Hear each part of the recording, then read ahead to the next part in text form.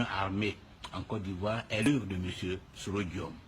Et que c'est cette rébellion armée qui a endeuillé la Côte d'Ivoire et que c'est cette rébellion armée qui est la principale cause du malheur de milliers d'Ivoiriens, à commencer d'abord par les militants du Front populaire ivoirien et les partisans du président Gbagbo Laurent. Si aujourd'hui des Ivoiriens sont en exil, c'est à cause de M. Soro Diom.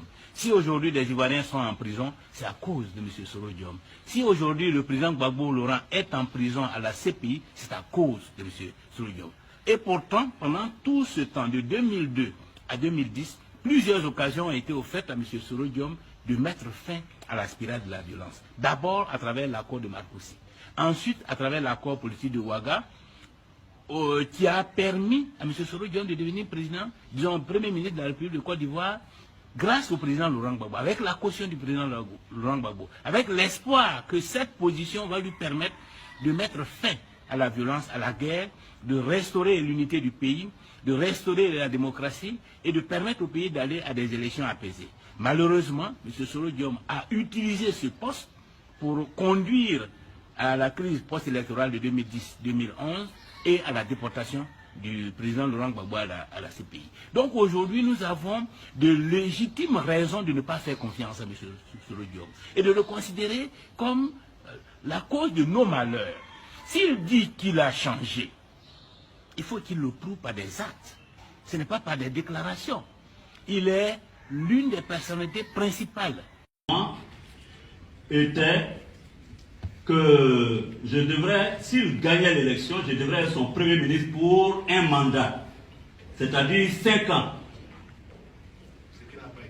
Il a été suffisamment intelligent pour me berner et raccourcir ce mandat-là à 11 mois. Hein, j'étais encore sous le charme, vous comprenez, hein? Mes collaborateurs ne m'en voudront pas. Deuxièmement, je devrais être le numéro 2 de son parti, le RDR. D'ailleurs, le poste de vice-président du RDR, créé en 2008, était réservé à ma personne dès que je finissais donc ma mission à la tête du gouvernement. Troisièmement, il devrait faire 2 mandats et je devrais, n'est-ce pas, lui succéder comme ça a été fait au Mali entre Alpha Oumar Konaré et Amadou Toumani Touré. Sur les 3 engagements pris, le premier n'a pas été respecté, le second et visiblement le troisième ne le sera pas non plus. Il ne peut plus être le président des Ivoiriens, c'est fini. Pour la première fois historiquement, je dis bien historiquement dans notre pays, tous les partis politiques se sont mis ensemble. Aujourd'hui là, quand on s'aime ou qu'on ne s'aime pas, on n'a qu'une seule contradiction principale, c'est Alassane. Il faut le chasser d'abord. Parce que dans ce palabre-là, il y a 2 dates qui sont importantes. Il y a le 31 octobre et il y a le 1er novembre. Alassane, lui, prie. On dit qu'il tue les bœufs là-bas jusqu'à on ne peut pas compter. Les pauvres bœufs, pour pouvoir se réveiller le 1er novembre. Et puis il dit, je suis président. Et nous on se bat pour pouvoir l'attraper le 31, au plus tard. Le 31 octobre, il n'y aura pas d'élection.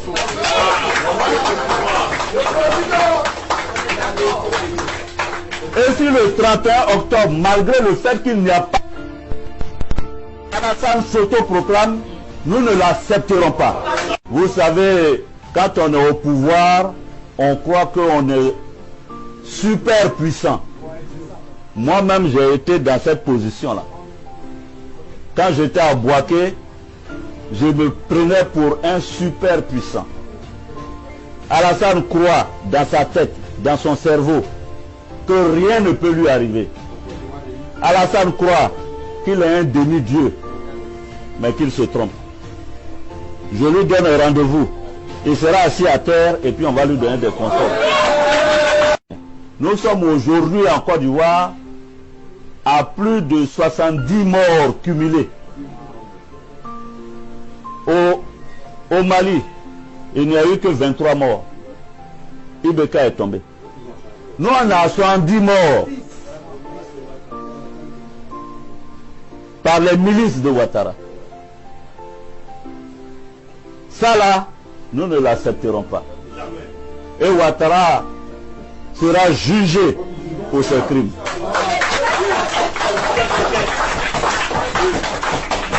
Je suis déjà allé à l'Union européenne pour demander des sanctions.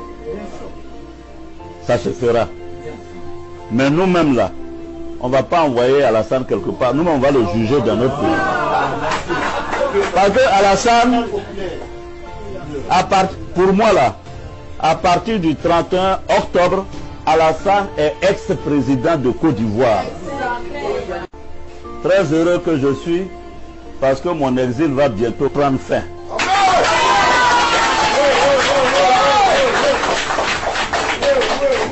Je suis content.